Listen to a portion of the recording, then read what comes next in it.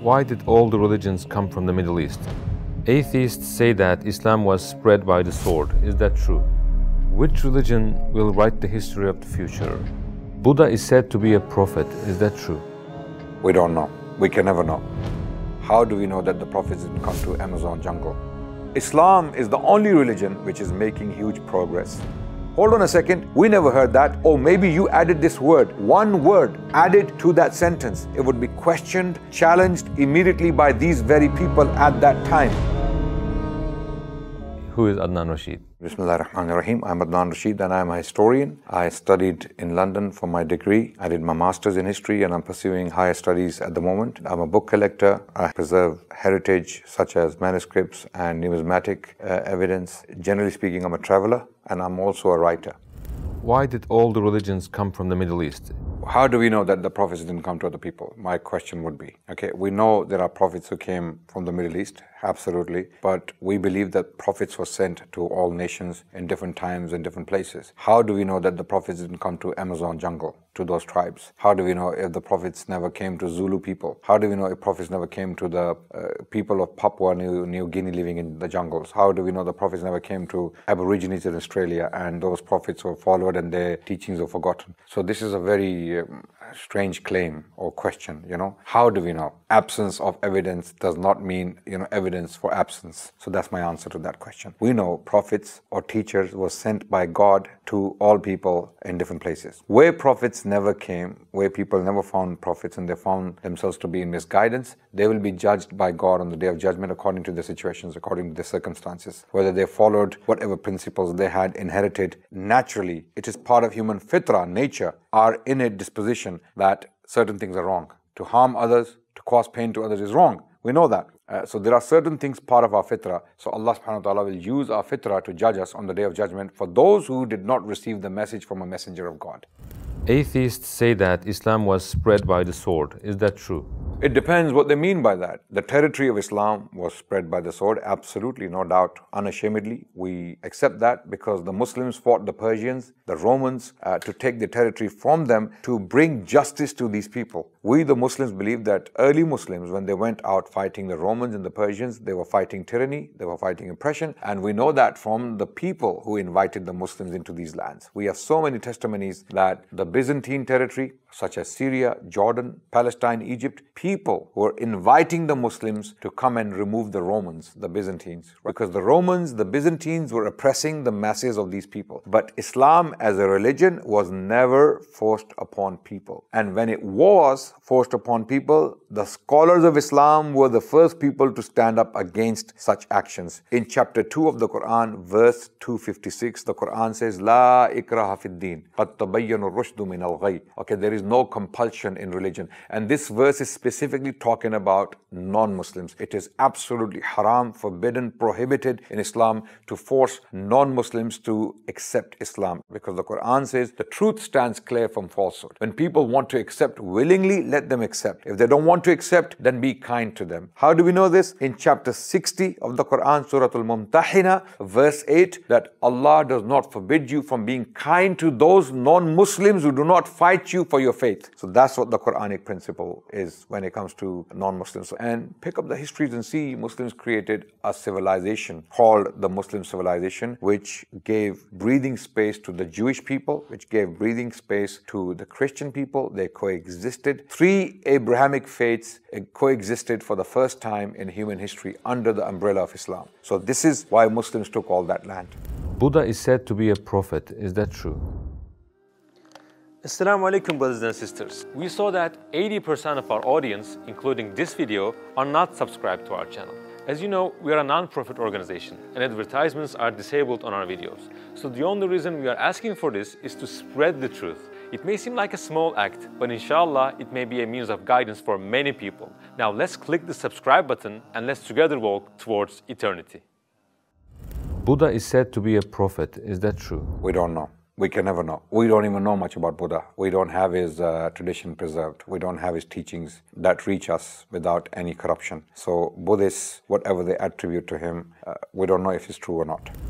Is the dead body in the British Museum the pharaoh in the time of Moses? That's not a pharaoh. That's a body which was found preserved in the sand, and that body is nearly 5,000 years old. It comes from 3000 BC. He's just an unknown person who died and was preserved in sand. That's not an Egyptian body, to my knowledge.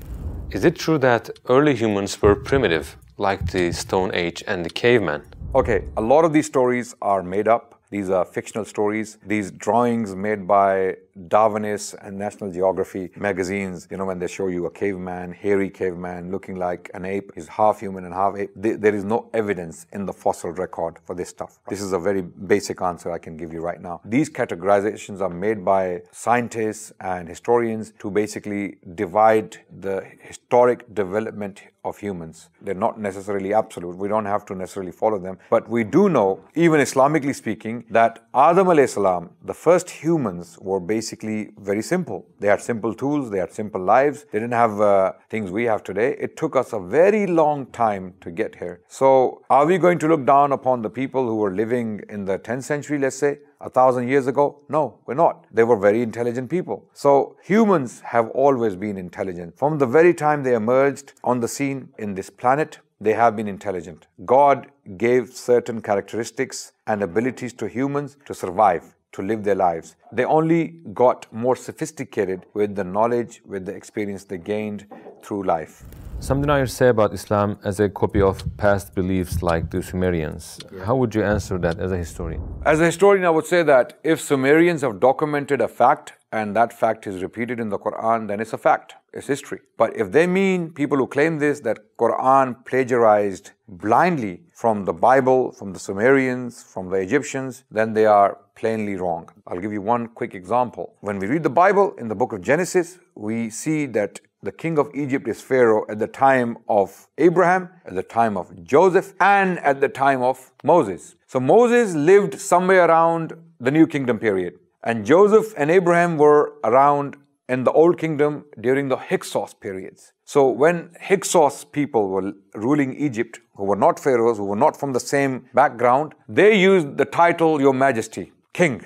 In their language, it was Humph. So at that time, the title Pharaoh or Para'a in the ancient Egyptian language was not used for the king as a title. It was there as a reference to the great house. But as a title for the king, strictly speaking, it was used repeatedly after the year 1500 BC, during the New Kingdom. So amazingly, the Quran makes that distinction correctly. In chapter 12 of the Quran, Surah Yusuf, when you read the story of Yusuf alayhi salam, Yusuf, when he talks about the king, he doesn't call him Pharaoh, he calls him Malik, simply Malik. But when you come to Moses in the Quran, idhab ila fir'aun innahu tagha. Go to Pharaoh because he has transgressed. So this distinction is very clear in the Quran, but it is not clear in the Bible. So this is clearly a historic error in the text of the Bible, which the Quran did not copy. So the Quran is clearly not plagiarizing.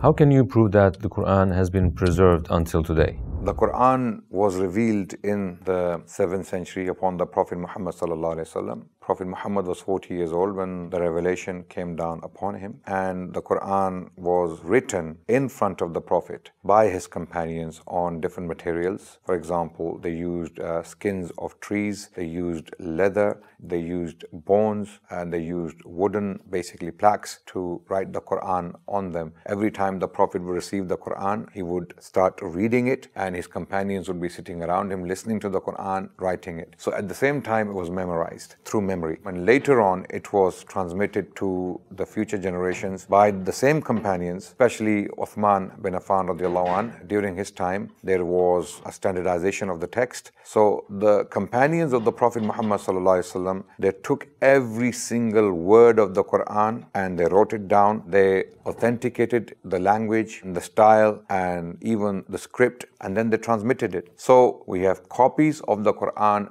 written at the time of the Prophet ﷺ and his companions that can be found in global libraries. For example, we have the Sana manuscripts. They were found in Yemen. and those manuscripts have been carbon dated to that age. Basically, they have come from the time of Uthman radiallahu anh. And then there is Birmingham parchment, which was carbon dated. The date was basically between 568 to 645 CE. That particular parchment was prepared within the life of the Prophet ﷺ. Not necessarily the writing. The writing could be slightly later, but the animal was killed within that time when the Prophet was alive, sallallahu alaihi wasallam. Do we have all these pages of the Quran from that date, or just some pages? We have almost all of the Quran from the first century. We put all the manuscripts together because there is one in Turkey in the Topkapi Museum. Then we have St. Petersburg copy, we have Tashkent copy, we have Husseini Mosque copy. Some of these copies may be later. They may be from the 2nd century of Hijri. But if we collect all the copies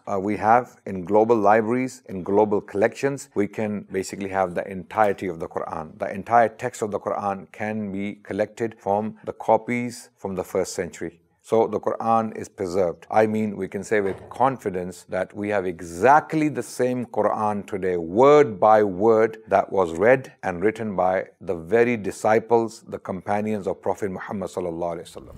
How do we know that the hadith have been preserved to the present day? Hadith basically is the prophetic tradition, information attributed to the Prophet. What he said, what he did, or what he agreed to. This is what basically hadith means. With regards to the hadith, do we have anything written from the 1st century or the 2nd century? We have very little. What we do have, we have the chains of hadith that can actually give us confidence as to the authenticity of these basically reports. For example, when we pick up Sahih al-Bukhari, which is one of the most authentic collections of hadith. So we have the prophetic tradition compiled in Sahih al-Bukhari by Imam Bukhari. Imam Bukhari died in the 3rd century Hijri. So some people may ask this question, that how can Bukhari know what happened at the time of the Prophet 200 years later? That's a very good question. We explained to them the collection of Bukhari, or Bukhari himself, did not put anything without authority, without authentication, without having confidence in the information. So how did he do that? He was following a chain of narration. For example, Bukhari, when he says, Qala Rasulullah, the Prophet said, whatever he transmits to us. He says, I was told by my teacher, who was told by his teacher, and that teacher was told by his teacher, and that teacher was taught by the Prophet sallallahu alaihi wasallam. So there is a direct chain of narration going back to the Prophet. This information came to Bukhari through a chain.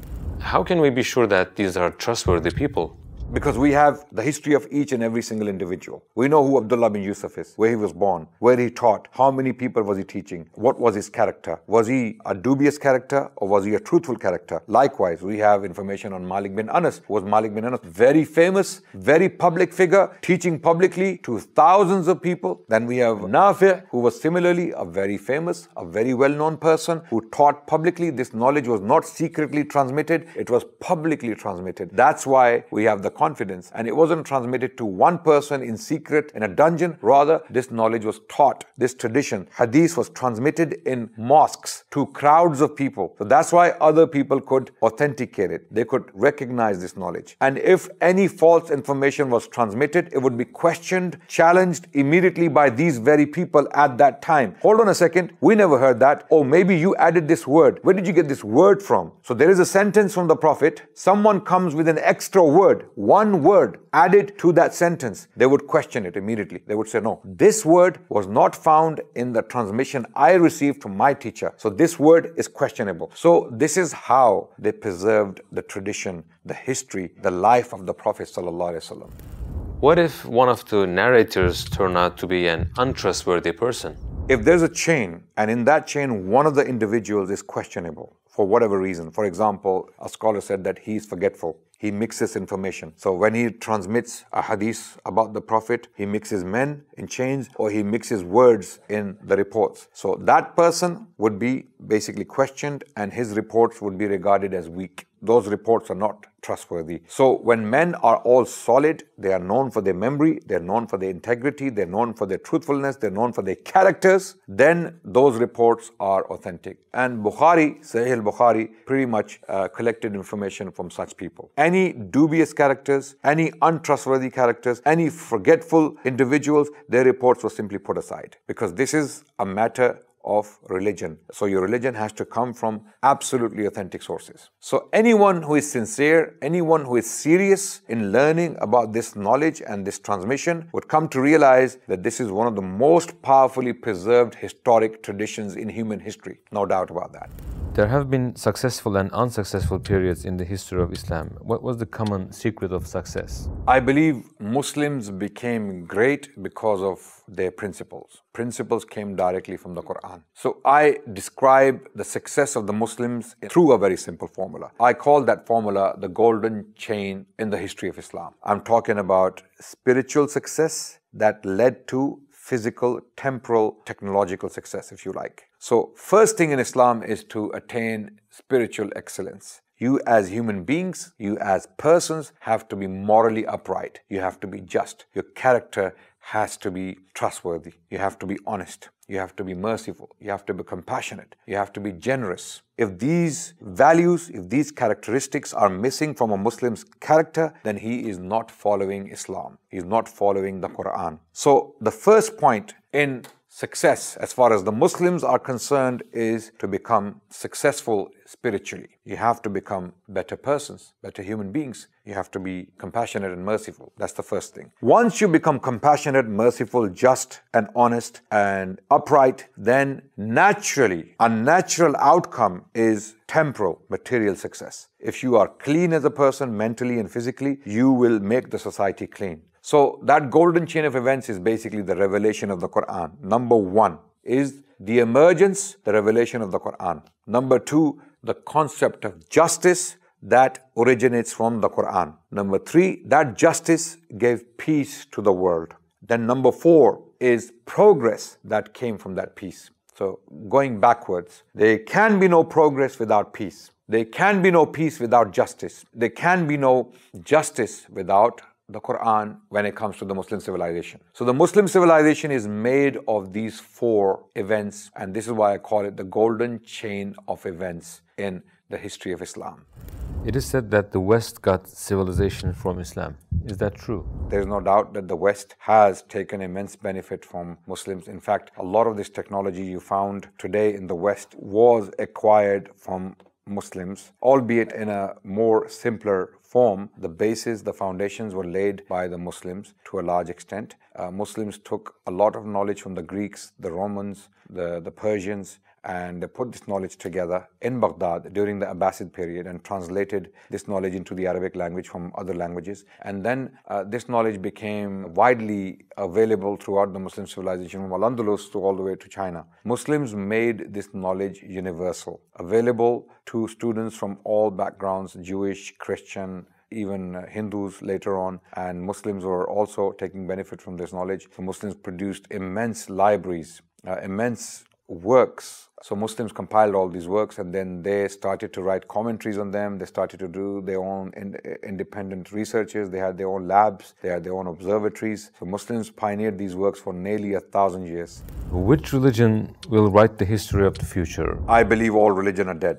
All religions are dead except Islam. Okay, Christianity is dying. Europeans have completely left Christianity. Christianity is dying in America. Christianity is dying in South America. There is only one continent where Christianity is surviving due to a lot of humanitarian work with regards to education and medical support. That's Africa. Other than that, Christianity is on the decline. So other religions are also declining. If you want to talk about Hinduism, it's declining. Clearly, when you look at the situation in India, this new Hindu revolution under the guise of Hindutva is a big travesty. It's a big unfortunate occurrence. So Islam is the only religion which is making huge progress. Hundreds of thousands of people are accepting Islam. Those people who find themselves in a spiritual dilemma, those people who have nothing to look forward to, when they have empty lives, they wake up to the reality of Islam sometimes when they're exposed to it, and they accept Islam. So Islam is the fastest growing religion in Europe. There are Swedish, German, British, French, even Spanish and Italian individuals who are accepting Islam in large numbers, in particular women. Same is happening in South America and North America. Same is happening in Africa. So Islam is the religion of the future. Islam will write the future, I believe.